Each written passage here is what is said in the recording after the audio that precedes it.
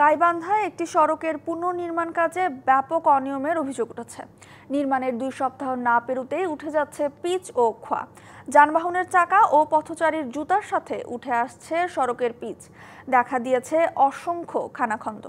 অভিযোগের সত্যতা নিশ্চিত করে ঠিকাদারকে দ্রুত নিয়ম অনুযায়ী কাজ শেষ করতে চিঠি দেওয়া হয়েছে জানান সড়ক বিভাগের নির্বাহী প্রকৌশলী।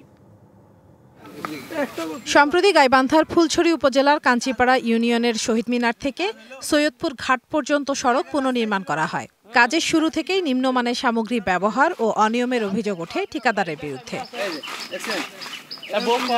স্থানীয়দের অভিযোগ, কাজ শেষ করার পরদিন থেকেই উঠে যাচ্ছে রাস্তার কার্পেটিং, পাথর ও খোয়া। পথচারীদের জুতার সাথে ও যানবাহনের চাকায় লেগে যাচ্ছে পিচ ও পাথর। ছোট ছোট পাথরের খোঁচায় নষ্ট হচ্ছে যানবাহনের চাকা। ওনারা বুঝি না যে যেভাবে খাবো তো যেরকম আছে রাস্তা আগের চেয়েও খারাপ করছে ওনারা। যেখানে গর্ত করছে ওনারা গর্তটাও মুজায় নাই ঠিকভাবে। এবং আপনার কী বলে যে শিল যেগুলো আছে এগুলো আপনার হাত দিয়ে তুললে উঠে যায় এবং আপনার উপরে সহযোগে দেখেন যে উপরে ভাসি বেড়াচ্ছে ওগুলো। কিন্তু এমনভাবে পিচ করছে, এই অবস্থায় তো রাস্তা পায়ের মধ্যে আঘাত লাগে, পিচগুলো পায়ের মধ্যে লাগে। আর যখন পানি উঠবে রাস্তার ভিতরে তখন তো আরও গাড়ি চলাচল বা সাইকেল, রিক্সা, ভ্যান এগুলো তো চলাচল করতে সমস্যা হয়। শাইনি চুলে এখন হবে সব হেয়ার স্টাইল। সিল্কোর দ্বিগুণ শাইনি চুল প্রতিদিন। 1 নম্বর তো দূরে থাকে, রাস্তার কাজটা তো যেমন 5 নম্বরে, 2 নম্বর হলেও তো মানুষ সুবিধা মতো যাতায়াত করতে পারতো। যদিও নিম্নমানের সামগ্রী ব্যবহার ও অনিয়মের অভিযোগ অস্বীকার করেছেন ঠিকাদার।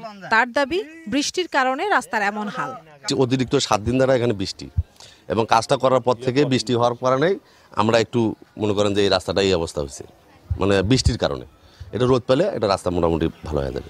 সড়ক নির্মাণে ত্রুটি থাকার কথা স্বীকার করেছেন সড়ক বিভাগের নির্বাহী প্রকৌশলী। আমরা আইডেন্টিফাই করেছি কোন কোন জায়গা নষ্ট হয়েছে এবং আমরা ঠিকাদারকে একটা চিঠি দিয়েছি যে এই মেরামতগুলো করে দিতে, এবং তাদের যে নষ্ট হয়েছে তাদের আমরা মৌখিকভাবে তাদের কাছে শুনেছি যে কী কারণে হয়েছে, তারাও এই ধরনের কারণে বলেছে। আমরা তারপরেও তাদেরকে একটা প্রতিবেদন দাখিল করতে বলেছি।